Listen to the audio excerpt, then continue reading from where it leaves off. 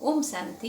आज 26 मई की मुरली का मुख्य एसेंस है, सीप में है मोती जैसे, मुरली एसेंस है बिल्कुल वैसे, होली हंस बन ज्ञान रतन, चूगना है ऐसे, तब बन पाएंगे हम बिल्कुल बाबा जैसे। तो बाबा ने क्या कहा आज?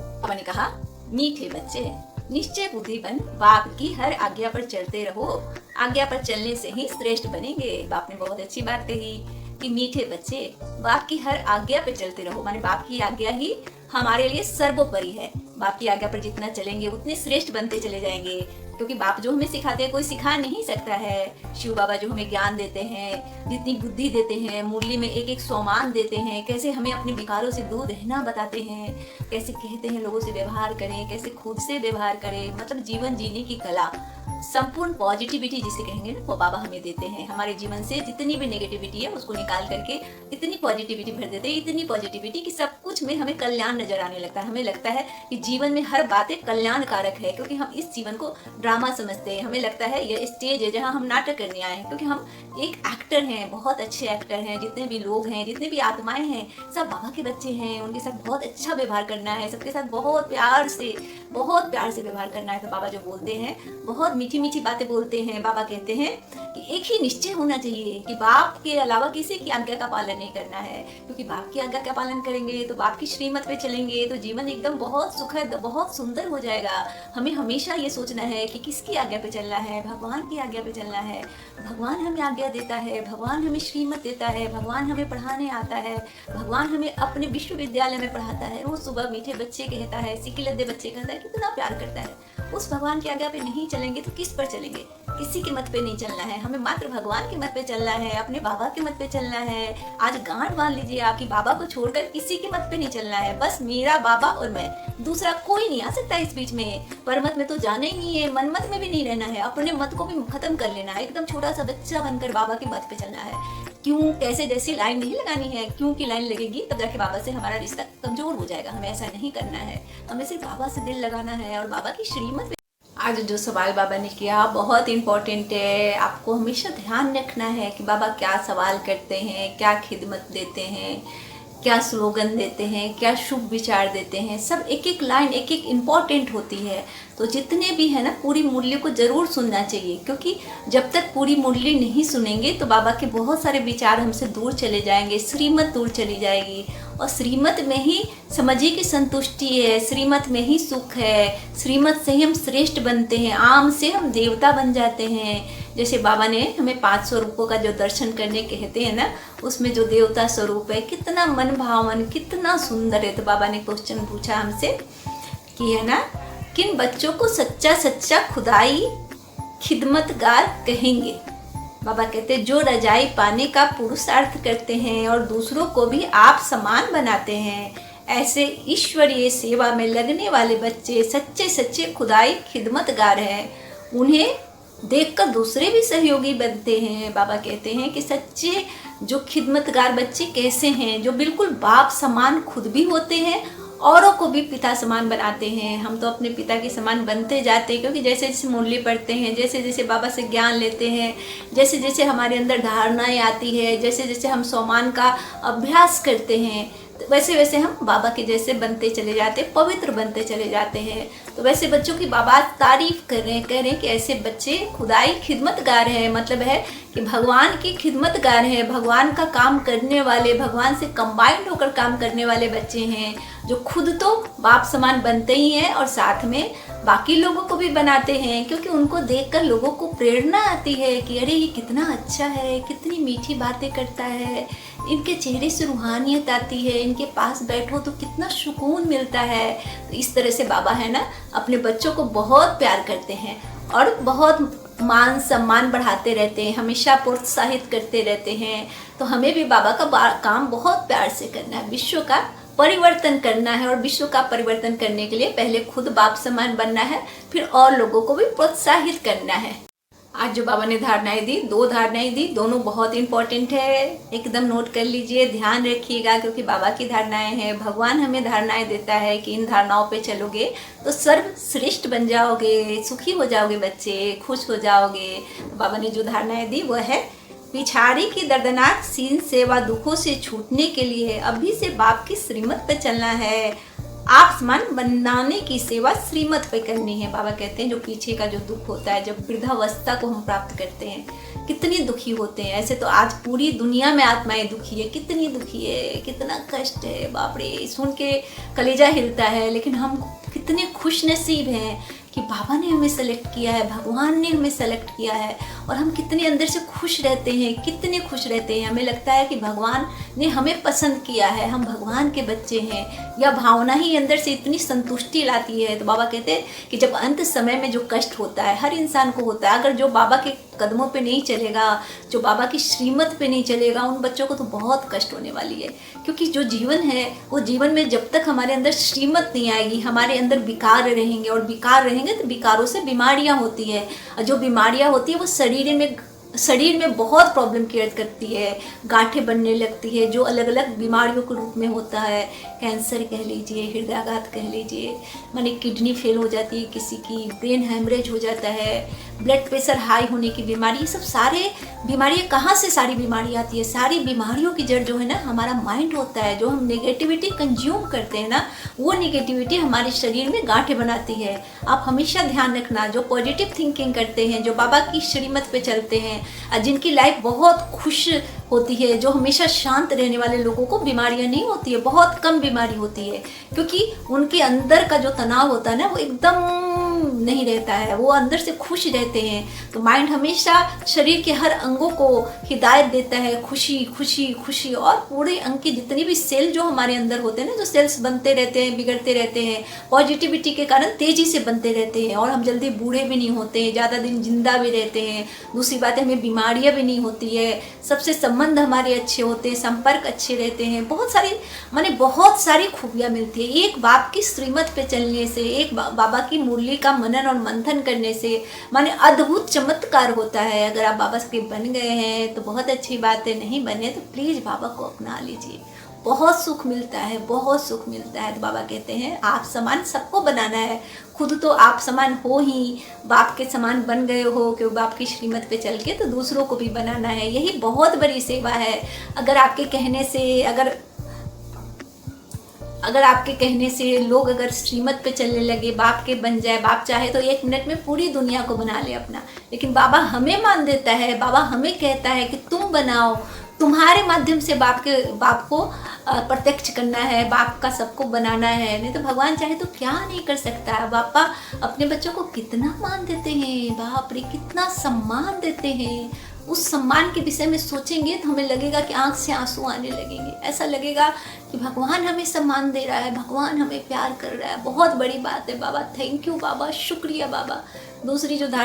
दूसरी जो बाबा ने धारणा दी कि इस सर्विस में बाबा का राइट हैंड बनना है, आत्माओं को खुश रहने का रास्ता बताना है, और सबका कल्याण करना है। तो बाबा कहते हैं कि सर्विस है, ये बहुत बड़ी सर्विस है हमारी, क्योंकि अगर बाप के समान हमें बनना है, अगर बाप को प्रत्यक्ष करना है, तो बाप का राइट हैंड करके बन के चलना है। आप सोचो तो किसके राइट हैंड बन रहे हो? भगवान के राइट हैंड बन रहे हो, भगवान आपको राइट हैंड बना रहा है। कितनी बड़ी बात है, एक पतित इंसान को जो बाबा ने पावन बनाया, फिर अपना दाहिना हाथ बना रहा है। कैसे कहते हैं कि प्रधानमंत्री का मैं दाहिना हाथ हूँ, कितनी बड़ी बात होती है कि प्रधानमंत्री का दाहिना हाथ है, या किसी बड़े अफसर का दाहिना हाथ है, मंत्री का दाहिना हाथ है। यहाँ तो भगवान हमें अपना दाहिना हाथ बना रहा है। इससे खुश और इससे ज़्यादा मैंने समझी कि संतुष्टि वाली बात क्या होगी। एक नशा होना चाहिए कि भगवान हमें अपना दाहिना हाथ बना रहा है, ईश्वर भगवान हमें पसंद कर रहा है, भगवान ने हमें सेलेक्ट किया है। इस नशे में रहेंगे तो लगेगा कि जितने भी बाबा के बच्चे हैं सबको हमें बाबा के करीब लाना है, सुख पहुंचाना है, हमारी यही भावना रहनी चाहिए। बाबा ने जो आज वरदान दिया बहुत प्यारा वरदान है, हमेशा धारण करिएगा, क्योंकि वरदान है, बाबा ने वरदान दिया है। किसने दिया है? बाबा ने दिया है। कितनी बड़ी बात है कि बाबा वरदान देते हैं। कहते हैं बाबा कि सदा मर्यादाओं की लकीर के अंदर रहने की केयर करने वाले मर्यादा पुरुषोत्तम भव। कितना सुंदर वरदान है, कितना प्यारा है। मर्यादा पुरुषोत्तम किसे कहते हैं?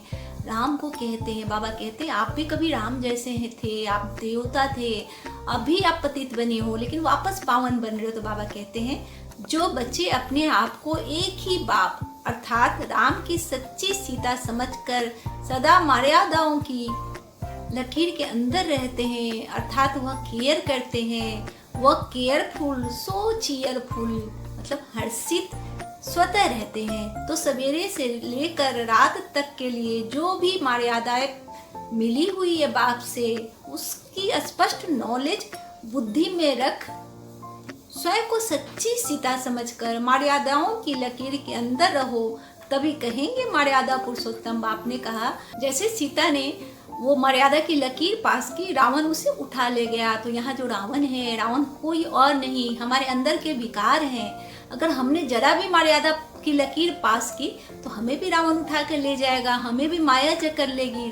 माया जो है ना बहुत ठगनी है, बहुत तरीके से आती है, अलग अलग रूप रख कर। बाबा कहते हैं वो छम करके आती है, वो माने सेंध लगाने वाली चोरनी है, वो जरा भी लीकेज हुई वो आके आपको पकड़ लेती है। तो बाबा कहते हैं कि अपनी तरह एकदम सीता की तरह मर्यादा में रहना है, बस एक राम की बन के रहना है। सीता ने एक बार मर्यादा लांगी और उसे रावण उठा के ले गया। हमें नहीं अपनी मर्यादा को लांघना है। जो बाबा श्रीमत देते हैं, जो बताते हैं, जैसे जैसे कहते हैं, दिन भर हमें वैसे ही पालना करनी है, क्योंकि हम बाबा के बच्चे हैं। किसके बच्चे हैं? भगवान के बच्चे हैं। और भगवान की तरह हमें भगवान के रास्ते पे चलना है। भगवान जैसा कहते हैं वो मानना है हमें, क्योंकि भगवान के बच्चे भगवान की बात को न मानेंगे तो किसकी बात को मानेंगे? दुनिया की बात मानेंगे तो कितना कष्ट होता है, कितना दुख होता है। दुनिया की मत पे नहीं चलना है, भगवान की मत पे चलना है। तो बाबा ने वरदान दिया है कि इस तरह से जो बच्चे मर्यादा की लकीर पे चलते हैं, दिन भर पूरा अपना जीवन सर्वस्व सीता की तरह, जैसे सीता ने राम पर अगर न्यौछावर किया था, वैसे अगर बाबा पर न्यौछावर कर देते हैं, वो मर्यादा पुरुषोत्तम जैसे होते हैं। मतलब भगवान ने कितनी बड़ी उपलब्धि दी है हमें, कितनी बड़ी उपाधि दी है हमें, कितनी बड़ी उपाधि। जरा सोच के देखिए कि कितनी बड़ी उपाधि भगवान देते हैं। माने कितना प्यार करते हैं अपने बच्चों को, कैसे समझाते हैं। कभी स्कूल में भी ऐसे कोई नहीं समझाता होगा जैसे बाबा समझाते हैं, प्यार से, इतने प्यार से बताते बच्चे ऐसे चलो, ऐसे करो, ये गलत है, ये सही है, आपको ऐसा बनना चाहिए, ऐसा करना चाहिए। मतलब भगवान जो समझा सकता कोई नहीं समझा सकता। कितना पेशेंस है भगवान में, कितना पेशेंस है। बार बार समझाते हैं ताकि हम कोई भी गलती न करें। अगर हमसे गलती होती है, माफ़ी मांग लेते हैं, तब बाबा फिर समझाने लगते हैं। बाकी लोगों की तरह बुरा नहीं मानते भगवान। लोग बुरा मान जाते हैं। लोगों के अंदर क्या होता है ना, थोड़ा सा किसी को कुछ कह दो, लोग कितना बुरा मान जाते हैं, महीनों बात नहीं करते हैं। माने कभी कभी तो सालों तक बात हमारी नहीं हो पाती है। लेकिन बाबा इन सब से दूर कर देता है, इतना मीठा और प्यारा आपको बना देता है कि सबसे आपकी दोस्ती हो जाती है, सारे रिश्ते अच्छे हो जाते हैं, सबके लिए आप अपना जान देने के लिए रेडी हो जाते हो। माने देह से डिटैच भी रहते हो और साथ में बाबा की बहुत ज़्यादा श्रीमत पर भी चलते हो। तो बाबा से प्यार करना है, बाबा की श्रीमत पे चलना है, कभी बाप की अमानत में खयानत नहीं करनी है। बाबा कहते हैं मेरे बच्चे हो, मेरे जैसे हो आप, कभी ऐसा नहीं हो कि मेरा नाम डुबा देना। नहीं बाबा, कभी नहीं डुबाएंगे आपका नाम। हमेशा अपने विचारों को शुद्ध रखेंगे, पवित्र रखेंगे, किसी के लिए जरा भी बुरा नहीं सोचेंगे, सबको आपसे जोड़ेंगे बाबा, आपकी श्रीमत पे चलाएंगे, कोशिश करेंगे, पूरा जीवन इसी में बिता देंगे बाबा। थैंक यू बाबा, आपने हमें स्वीकार किया।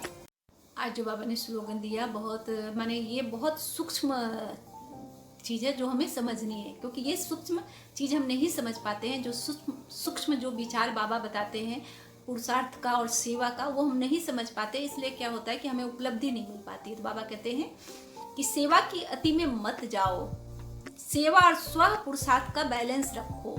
कुछ बच्चे क्या होते हैं ना कि सेवा को बहुत इंपॉर्टेंट समझ लेते हैं और भूल जाते हैं कि बाबा को याद भी करना है, बाबा के माने ज्ञान तो लेना ही है। मतलब जो फरिश्ता स्वरूप है उसमें एक पंख ज्ञान का है और दूसरा पंख है वो बाबा की याद का है।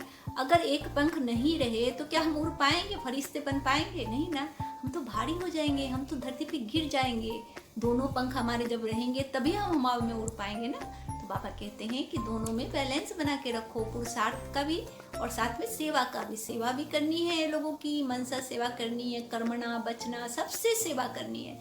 और बहुत सेवा करनी है, लेकिन पुरुषार्थ बहुत इम्पोर्टेंट है, क्योंकि जब तक बाबा की याद में नहीं रहेंगे, बाबा के प्यार में नहीं रहेंगे, तो कोई भी सेवा कोई मायने नहीं रखती है। क्योंकि सेवा करेंगे तो, लेकिन सेवा करते करते अहंकार आ जाएगा, लगेगा हम कर रहे हैं, हमने किया है, हम भूल जाएंगे कि बाबा की श्रीमत पे चलने से हमें सेवा की भावना आई है, हमारे विकार बाबा की श्रीमत पे चलने पर ख़त्म हुए हैं। और जब तक बाप से हमें उपलब्धि नहीं मिलेगी, बाप से जब तक हमें क्या है रोशनी नहीं मिलेगी, जब तक ताकत नहीं मिलेगी, तो सेवा करेंगे और लेकिन थक जाएंगे। बाबा कहते हैं अगर निरंतर सेवा करनी है, निरंतर बाबा की याद में रहना है, आपको सेवा भी करनी है, याद में भी रहना है, पुरुषार्थ में रहना है, तो जितना पुरुषार्थ करेंगे खुद ब खुद सेवा होने लगेगी। क्योंकि जब हम पुरुषार्थ करते हैं, बाबा के साथ बैठते हैं, तो बाबा से रूह रिहान करते हैं, तो हमारे अंदर ताकत आती है। जैसे जैसे ताकत आती है, हम बाबा के साथ बैठ करके पूरा लोगों को इतनी मनसा सेवा देते हैं, क्योंकि उस समय हमें लगता है हमारे साथ भगवान है, हम अकेले नहीं है, भगवान से हम शक्तियाँ ले रहे हैं और दे रहे हैं,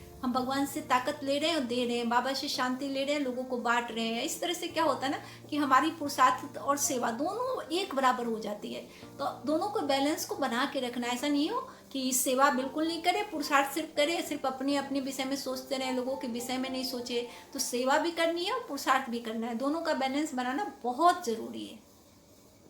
आज का जो शुभ विचार बाबा ने दिया बहुत इंपॉर्टेंट है, प्लीज़ नोट कर लीजिए। अगर नोट नहीं करेंगे तो कोई फायदा नहीं है, क्योंकि बाबा की धारणाओं पे चलने के लिए हर बात को हमें फॉलो करना पड़ेगा, फॉलो फादर करना पड़ेगा, क्योंकि भगवान ज्ञान दे रहे हैं, कोई छोटा मोटा इंसान थोड़ी ज्ञान दे रहा है।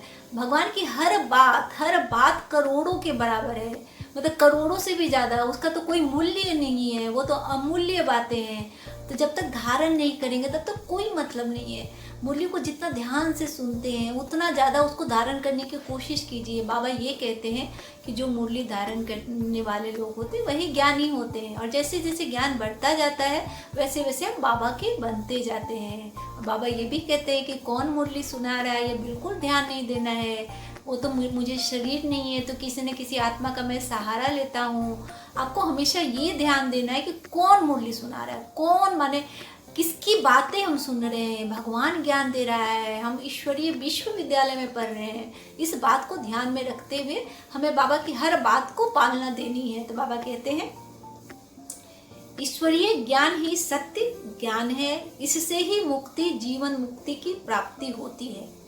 मतलब जो सत्य ज्ञान जो है ना वो ईश्वरीय ज्ञान है। बिल्कुल बाबा सही कहते हैं, ईश्वर का जो ज्ञान हमें मिलता है ना, अभी तक तो हम भक्ति मार्ग में थे, ढिंढोरा पीट रहे थे, भक्ति कर रहे थे, व्रत करते थे, तप करते थे, मंदिर जाके पूजा पाठ क्या क्या नहीं करते थे, क्या उपलब्धि मिली? कुछ भी नहीं मिला, क्योंकि हमें ज्ञान नहीं था। हम तो बस एक जो खाना खाते थे, जैसे हम लोग एक दिनचर्या करते ना, वो दिनचर्या हमारी थी जिसमें कहीं भाव नहीं था। ना भाव नहीं होगा वहाँ तो अभाव होगा, तो वहाँ भाव नहीं था, अभाव था। लेकिन जैसे ही ज्ञान में आते हैं हमारे अंदर इतना भाव आ जाता है, इतना भाव भगवान के प्रति आ जाता है कि हमें ज्ञान होने लगता है, हमें समझ आ जाता है कि हम कौन हैं, हमारे पिता कौन हैं और हम पहले क्या थे, हमारे अंदर कितनी शक्तियाँ हैं, कितने खजाने हैं जो बाबा हमें दे रहे हैं। तो उसकी धारणा करते करते हम भी परमात्मा जैसे बनने लगते हैं, बाप समान बनने लगते हैं। तो बाबा कहते हैं कि बाबा बहुत अच्छी बात करते हैं, हमेशा इतनी प्यारी प्यारी बात बाबा करते हैं। बाबा कहते हैं कि जब इससे हम युक्त हो जाएंगे, जब एकदम ईश्वरीय ज्ञान से युक्त हो जाएंगे, तभी हमें जीवन की मुक्ति मिल पाएगी। क्योंकि जीवन की मुक्ति प्राप्त करने के लिए ज़रूरी होता है कि ज्ञान से परिपूर्ण होना, और ज्ञान के साथ साथ हमें पुरुषार्थ भी करना है। देह अभिमान को छोड़कर देही अभिमानी बनना है, मतलब मन मनाभव बनना है। तो बाबा बहुत अच्छा शुभ विचार दिया है बाबा ने, उसे धारण करना है और उसे अपने मन में जगह देनी है, नोट करना है, मनन करना है, मंथन करना है। आज जो सोमान दिया बाबा ने, मैं आत्मा मारे आत्मा पुरुषोत्तम हूँ, बहुत बड़ा सोमान है। और हमने अभी अभी जस्ट इसको ये विजुअलाइजेशन भी किया कि सीता की तरह हमें मर्यादा एक ही बाप की आज्ञा पर चलना है। मतलब है कि दूसरे की आज्ञा नहीं माननी है, दूसरी बातों में आना नहीं है, विकारों में नहीं आना है, और अपने माइंड दिमाग को बिल्कुल बाप पर स्थिर कर लेना है, एकदम एक बाप और दूसरा ना कोई। दिमाग में बस यही रहना चाहिए और कुछ नहीं, क्योंकि बाप की श्रीमत पे चलेंगे तभी हमें सुख भी मिलेगा, शांति भी मिलेगी, जीवन बिल्कुल बदल जाता है, अद्भुत हो जाता है जीवन, जिसको अद्भुत कहते हैं ना। ऋषि मुनि तो जंगल में जाकर तपस्या करते हैं, कितने हठ योगी होते हैं, परिवार छोड़ देते हैं, लेकिन हम लोग गृहस्थ आश्रम में रहते हुए, बाबा के साथ रहते हुए हमें इतनी प्राप्तियां होती है, इतनी प्राप्तियां होती है कि हम योगी जैसे बन जाते हैं, एकदम योग में मग्न रहने वाले। जितनी देर भी शायद बाबा के पास बैठते हैं, 2 घंटे भी बैठते हैं, तो लगता है कि जीवन इतना इतना अच्छा लगता है बाबा के साथ बैठना, इतना अत्यंतरीय सुख मिलता है। बाबा के साथ बैठने का मतलब है भगवान के साथ बैठना, और ये तभी होगा जब ज्ञान आएगा आपके अंदर से जितने भी कचरा, जो हमारी विकार रूपी कचरे हैं वो खत्म हो जाएंगे, जो कीचड़ खत्म हो जाएगा, तभी है ना हम अच्छे से बाबा को ध्यान भी कर पाएंगे, ज्ञान को भी ग्रहण कर पाएंगे। बाबा हमेशा कहते हैं यह शरीर जर्जरी भूत है, इसको त्यागना है, इसको छोड़ना है। देह मोह में रहेंगे उतना ज़्यादा कष्ट होगा। लोग मोह में कैसे, माने अब हम ज्ञान में आ गए, पहले तो हम भी मोह ही में पड़े रहते थे, लेकिन अब लगता है कैसे लोग मोह में बंध सकते हैं। भगवान हमें बताता है, भगवान हमें सिखाता है कि मोह में नहीं बंधना है। मोह हमारे लिए जानलेवा है, हम मोह में बंधेंगे तो कष्ट होगा, दुख होगा, कितनी प्रॉब्लम आएगी। मोह से दूर हमें जिंदगी जीनी है, बाप का बन के रहना है, बाप एक बाप दूसरा न कोई। बस यही संकल्प अगर जीवन में रह जाए ना कि पिता के अलावा किसी की आज्ञा का पालन नहीं करना है, जो बाबा कहते हैं उन्हीं की श्रीमत पे चलना है, एक छोटे से बच्चे की तरह, जहाँ कुछ नहीं, जैसे एक छोटा सा बच्चा अपनी माँ के पीछे पीछे चलता है ना, उसे नहीं पता माँ कहाँ ले जाती है, उसे नहीं पता कि माँ आग में झोंक रही है या पानी में डुबो रही है या क्या कर रही है। वो सिर्फ ये जानता है मेरी माँ है, मेरी रक्षा करेगी, कहीं भी किसी भी परिस्थिति में वो मुझे नहीं छोड़ेगी। एक जो सच्चा विश्वास होता है एक बच्चे का अपनी माँ के प्रति, वही विश्वास हमें अपने बाबा के प्रति लाना है। वही विश्वास कि बाबा हमें कभी अकेले नहीं छोड़ेगा, कितनी भी बड़ी प्रॉब्लम आएगी, कितनी भी बड़ी समस्या आएगी, बाबा हमें ऐसे खींच के निकाल लेगा, सच्ची में निकाल लेता है, सच्ची में। मतलब एक तो प्रॉब्लम बहुत हल्की लगती है, बाबा जैसे ही साथ में रहते हैं लगती नहीं है कोई प्रॉब्लम है, छोटी मोटी बातें तो ऐसी आती है और चली भी जाती है। अगर कुछ बड़ी बात आती है तो भगवान इतना सहारा देता है, इतनी शक्ति देता है कि उसे हम झेल पाते हैं। बहुत बड़ी बात है भगवान की संगत करना, ईश्वर की संगत करना बहुत बड़ी बात है। बस क्या करना है, थोड़ा ध्यान करना है, बाबा को याद करना है, मुरली का मनन मंथन करना। इतनी छोटी सी चीज आप बाबा को देते हैं, और बाबा क्या देते हैं, बहुत देते हैं, माने अद्भुत कर देते हैं। आपको इंसान की जगह भगवान से तुलना करने लगते हैं बाबा, माने अपने से तुलना करने लगते हैं। ये कहते हैं आप देवता हो, आप फरिश्ता हो, आप पूज्य स्वरूप हो, आप ही की तो पूजा होती थी, आप याद करो। मतलब हम खुद को कभी नीच पतित कहते थे, हम क्या कहते थे भगवान को, जो मंदिर में जाते थे, हम नीच है, पतित हैं, आप तो बहुत महान हो, हमें दुखों से छुड़ाओ, हम अज्ञानी हैं। लेकिन बाबा कहते हैं आप ज्ञान सूर्य हो, आप मास्टर ज्ञान सूर्य हो, आप शांति के सागर के बेटे हो, बच्चे हो। मतलब भगवान जितनी बातें, जितना सोमान है ना, एक एक सोमान अगर रोज धारण करे तो 30 दिन में 30 सोमान धारण हो जाएगा, हमारा जीवन सुखमय हो जाएगा। आज जो अव्यक्त इशारा बाबा ने दिया बहुत इंपॉर्टेंट है, माने मेन इंपॉर्टेंट पॉइंट है ये अव्यक्त इशारा। अव्यक्त इशारे को तो बहुत ध्यान से मतलब पढ़ना चाहिए, इसलिए क्योंकि अव्यक्त इशारा जब बाबा अव्यक्त हो गए थे तो गुलजार दादी के माध्यम से बाबा जब उनके शरीर में आते थे तब यह अव्यक्त इशारे वाली बात होती थी, बहुत गूढ़ और बहुत समझने वाली बात। मतलब एक एक अव्यक्त इशारा ऐसा अनमोल रतन है जिसको अगर हम धारण कर ले तो समझिए हमारी लाइफ बदल जाए। अव्यक्त इशारा जो है आवाज से परे स्थिति में स्थित हो, फिर आवाज में आने से वह आवाज नहीं लगेगी, लेकिन उस आवाज में भी अव्यक्ति वाइब्रेशन का प्रवाह किसी को भी बाप की तरह आकर्षित करेगा। बहुत बड़ी बात कही बाबा कहते हैं कि आवाज से परे, जब हम साइलेंस में चले जाते हैं, हमें साइलेंस की आदत पड़ जाती है। जब नहीं आदत रहती है तो हम तो आवाज से घबराते रहते हैं, हमारे माइंड में आवाज ऐसी चलती रहती है, अलग अलग ध्वनि, अलग अलग लोगों की बातें, अलग अलग चिंताएं, इतना शोर मचाती है, इतना शोर मचाती है कि लाइफ लगता है कि एकदम खत्म हो गई है लाइफ। माने हम कैसे जीते थे पहले और अब कैसे जीते हैं। लेकिन जब हम साइलेंस में बैठने लगते हैं, साइलेंस में बैठते बैठते बैठते बैठते मन इतना शांत हो जाता है, जितनी भी गंदगी जो माइंड में सब निकल जाती है, सारे विकार निकल जाते हैं। बस बहुत कम 2-4 बातें रहती है दिमाग में, बाबा की धारणाएं रहती है, बाबा का प्यार रहता है, और ये रहता है कि मैं आत्मा हूँ, यह ड्रामा है, और यहाँ जितने भी लोग हैं उनके साथ डिटैच करके रहना है, और मैं बहुत बड़ा एक्टर हूँ, यहाँ से अपना पार्ट बजा के चला जाऊंगा। मतलब 4-5 बातें दिमाग में रहती है।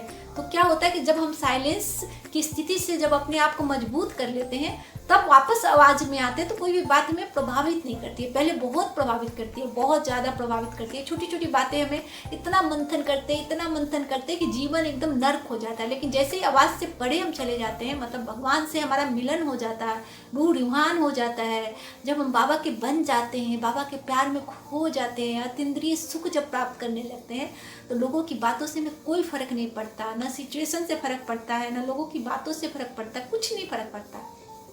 तो बाबा कहते हैं ऐसी स्थिति में जब आप ऐसे अव्यक्त आप हो जाते हो, क्योंकि आप खुद को आत्मा समझने लगते हो, तो वतन में जब आप जाते हो, फिर वतन से वापस भी आते हो, तो खुद को अव्यक्त ही समझते हो, क्योंकि आप आत्मा स्वरूप में रहते हो। तो लोगों की बातों का कोई फर्क नहीं पड़ता, और लोग भी आपके ऊपर बहुत ज़्यादा है ना न्यौछावर करने लगते हैं। लोग आपकी तरफ आकर्षित होने लगते हैं, उन्हें लगता है ये आत्मा बहुत विशिष्ट है, इस आत्मा में कुछ खास बात है। और ऐसी स्थिति में आप बाप को प्रत्यक्ष उनके सामने कर सकते हो। लोग पूछेंगे ना कि भाई आपके अंदर इतनी रूहानियत कैसे है, आपके चेहरे पे चमक कैसे है, आप हमेशा मुस्कुराते कैसे रहते हो। क्योंकि मुस्कुराना आज के समय में बहुत बड़ी बात है, क्योंकि किसी के चेहरे पर मुस्कुराहट नहीं दिखती आज के समय में। सबके चेहरे बने हुए रहते हैं, बहुत कम लोग हंसते हैं। अगर बिना मतलब का हंसो तो लोग को आश्चर्य होता है कि अरे ये हंस कैसे रहा है। जैसे ही हंसेंगे कोई पूछेगा अरे कुछ बात हुई है क्या, खुशी की बात है क्या, मुस्कुरा रहे हो। मतलब मुस्कुराएंगे भी तभी जब खुशी आएगी। खुशी कहाँ से आएगी? खुशी तो आती नहीं है, क्योंकि इतनी चिंताएं हैं, इतना व्यर्थ है, इतना विकार है, इतना झंझट है, तो खुशी कहाँ से आएगी। तो हम क्या है, सामान कोई आता है, पद प्रतिष्ठा जब मिलती है, पैसे आते हैं, तो हमें चेहरे पर खुशी आती है। लेकिन वो तनिक काल का होता है, वो फिर खत्म हो जाता है। अगर कोई उदास रहे तब लोग उतना नहीं पूछते हैं। लोग कहते हैं कि आज का समय ही ऐसा है कि कौन इंसान खुश रह सकता है। लेकिन खुश हो जाए ऐसे समय में तो लोग पूछने लगेंगे, सबके चेहरे पर हैरत आ जाएगी। ऐसे में लोग ज़रूर आपके पास आएंगे, पूछेंगे कि आपकी मुस्कुराहट का राज क्या है। तो हम कहेंगे हमारी मुस्कुराहट का राज मेरे बाबा हैं, शिव बाबा हैं। आपको भी मुस्कुराहट चाहिए तो आप भी बाबा के बन जाइए, तो हम बाप को प्रत्यक्ष कर पाएंगे। बहुत अच्छा है ये अव्यक्त इशारा, इसको धारण करें और खुद को अव्यक्त बनाकर बाबा के साथ बैठे, रूह रिहान करें, बातें करें ना। बड़ा मजा आता है बाबा से बातें करने में। मैं तो कितना बातें करती हूँ बाबा से, सब बातें डिस्कस करती हूँ बाबा से। आप भी डिस्कस करो, बाबा हर बात का आपको जवाब देंगे, हर बात का सॉल्यूशन बाबा के पास है। आज का जो चिंतन बाबा ने दिया बहुत इंपॉर्टेंट है। हमें मेन है कि जितनी मुरली सुनने के बाद चिंतन करना इंपॉर्टेंट होता है, क्योंकि चिंतन के माध्यम से हम अपनी कमियों को जान पाते हैं। क्योंकि हमें अपने को परख पाते कि कितनी चीज़ों को हमने धारण किया है, कितनी चीज़ें हमारे माइंड से निकल गई है, हमने इस कान से सुना, इस कान से निकाल दिया। तो चिंतन को ध्यान देकर एकदम समझना चाहिए, क्योंकि चिंतन से ही हमारे जीवन में परिवर्तन आता है। तो चिंतन जो है, वर्तमान समय हर आत्मा को शांति की अत्यंत आवश्यकता है, इसलिए चेक करना है कि मेरा अंतर्मन शांत और स्वच्छ है।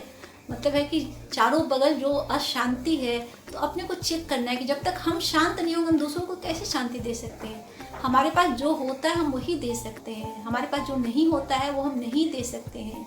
तो पहले धारण करना है, फिर बांटना है।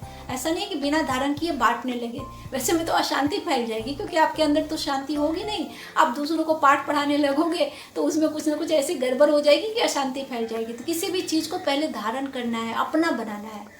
अगर अपना बन जाएगा तभी आप दूसरों को दे सकते हो। अगर आपके पास नहीं है तो आप कैसे दे सकते हो। अगर आपके पास शांति नहीं है तो आप तो वैसी भाषा में बात करोगे ना, कहोगे आप शांत रहो, शांत रहो, शांत रहो, लेकिन आपका मन अशांत रहेगा। लेकिन जब आपके अंदर शांति होगी तब इतने आराम से बोलोगे, इतने प्यार से बोलोगे कि सामने वाली आत्मा बिल्कुल शांत हो जाएगी। तो बाबा कहते हैं ये चेक करना है आपको, क्योंकि चेकिंग ही सही। आप खुद को चेक करोगे वैसे खुद को ठीक कर सकते हो। चेक नहीं करोगे तो ठीक नहीं होगा। अपने को पहले चेक करो, ठीक करो, फिर दुनिया को ठीक करो। ऐसा नहीं कि खुद को चेक नहीं किया, ठीक नहीं किया, दुनिया को ठीक करने चले गए।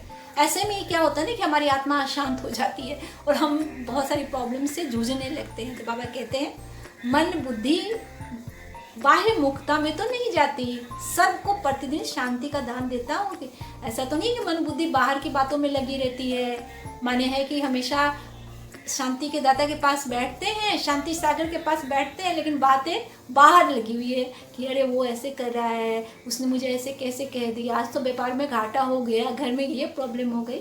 शांति के सागर के सामने बैठ कर भी शांति नहीं मिलेगी।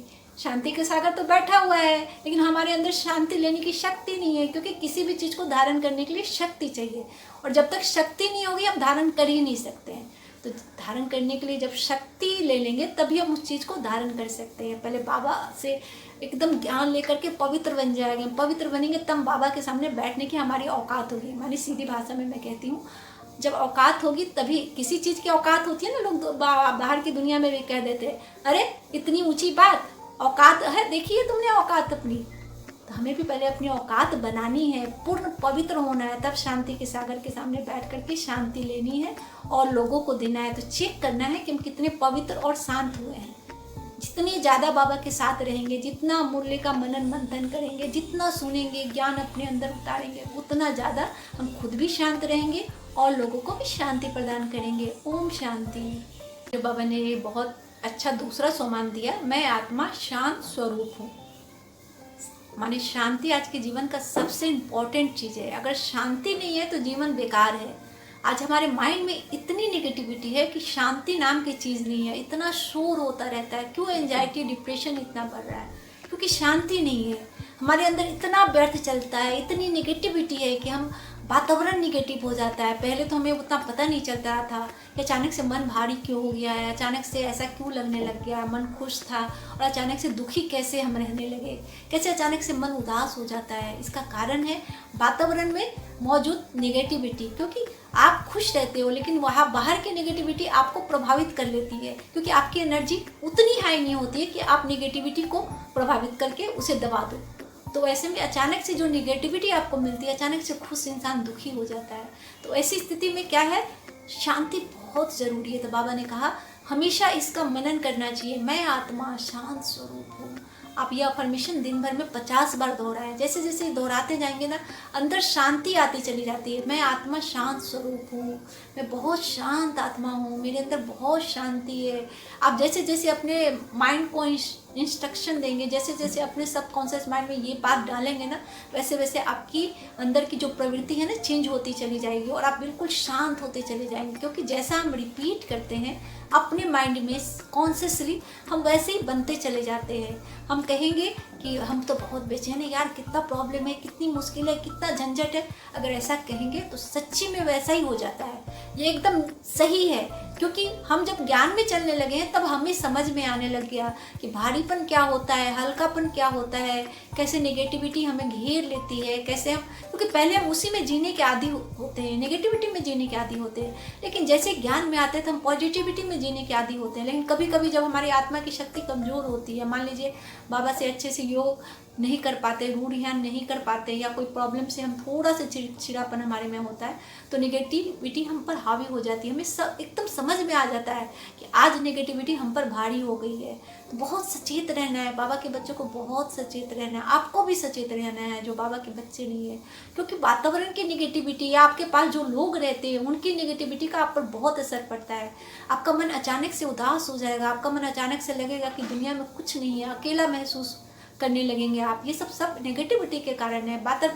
मैंने बाहर की नेगेटिविटी अभी इतनी ज़्यादा है कि अगर हम अपने आप को बार बार अफर्मेट नहीं करेंगे, बार बार अपने पिता से हम किरणें नहीं लेंगे, शक्ति नहीं लेंगे, पावर नहीं लेंगे, तो हम बहुत कमजोरी महसूस करेंगे, बीमार महसूस करेंगे, बिना मतलब के बीमार हो जाएंगे हम।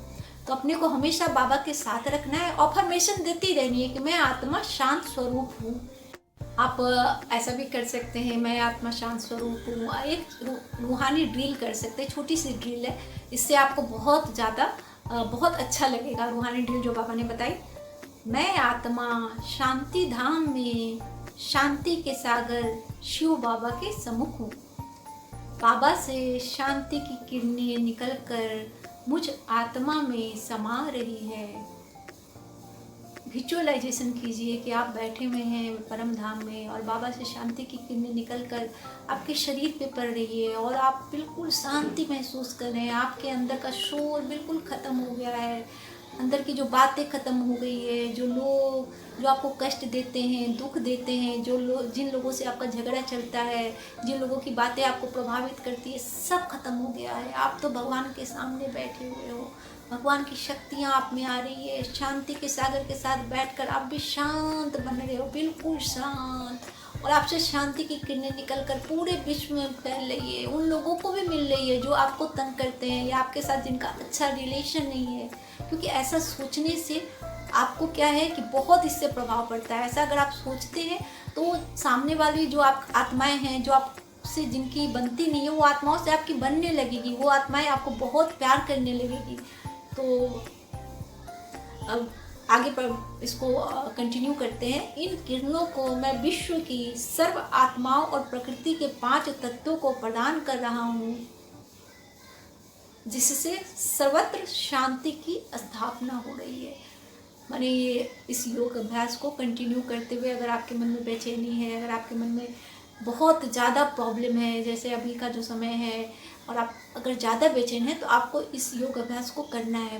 दिन में 2-3 बार करना है कि बाबा के सामने बैठना है, बाबा से शांति की किरणें लेनी है, खुद शांत होना है, उन आत्माओं को शांत करना है जिसके कारण आप डिस्टर्ब हैं, और फिर वो शांति की किरणें पूरे विश्व में आपको फैला देनी है। ऐसा अगर 4-5 बार अभ्यास करेंगे और साथ में यह सोमान मन ही मन रिपीट करते रहेंगे, मैं आत्मा शांत स्वरूप हूँ, मैं आत्मा शांत स्वरूप हूँ, मैं शांति के सागर का बच्चा हूँ, मेरे अंदर बहुत शांति है, मेरा मन बहुत शांत है। इस तरह को अफर्मेट करते रहेंगे तो विद इन 21 डेज आपके जीवन में परिवर्तन होने लगेगा। मन 21 दिनों में आपके अंदर इतनी शांति आ जाएगी, इतनी शांति कि आपके जितने भी व्यर्थ रूपी जो कचरा है ना, आपके जीवन से निकल जाएगा, नकारात्मक सोच निकल जाएगी, निगेटिविटी खत्म हो जाएगी। लेकिन इसको महसूस करना है, ऐसा नहीं कि रिपीटेशन कर रहे हैं लेकिन दिमाग कहीं और है, क्योंकि अफर्मेशन का प्रभाव तभी होता है जब आप उसको एकदम दिल से महसूस करते हैं। जब दिल से महसूस करेंगे तभी समझो कि वो काम करेगा। आप विजुअलाइजेशन वैसे ही करेंगे कि नहीं, भगवान के सामने बैठा हुआ हूँ, भगवान से किरणें आ रही है, मैं शांत हो रहा हूँ और लोगों को भी शांति दे रहा हूँ, मैं शांत स्वरूप हूँ। शांति में इंसान का मन कैसा होता है, बिल्कुल हल्का, एकदम हल्का। ऐसा अगर महसूस करेंगे तभी इसका फ़ायदा है, नहीं तो कोई फ़ायदा नहीं। क्योंकि हम लोग कहते हैं कि नहीं अफर्मेशंस काम नहीं करती है, कुछ नहीं काम करता, बाबा को बच्चे बन गए लेकिन हमें बाबा से कुछ मिल ही नहीं रहा है, क्योंकि हमारा मन नहीं टिकता है, हम अपने आप को इतना भरोसा नहीं दिलाते हैं।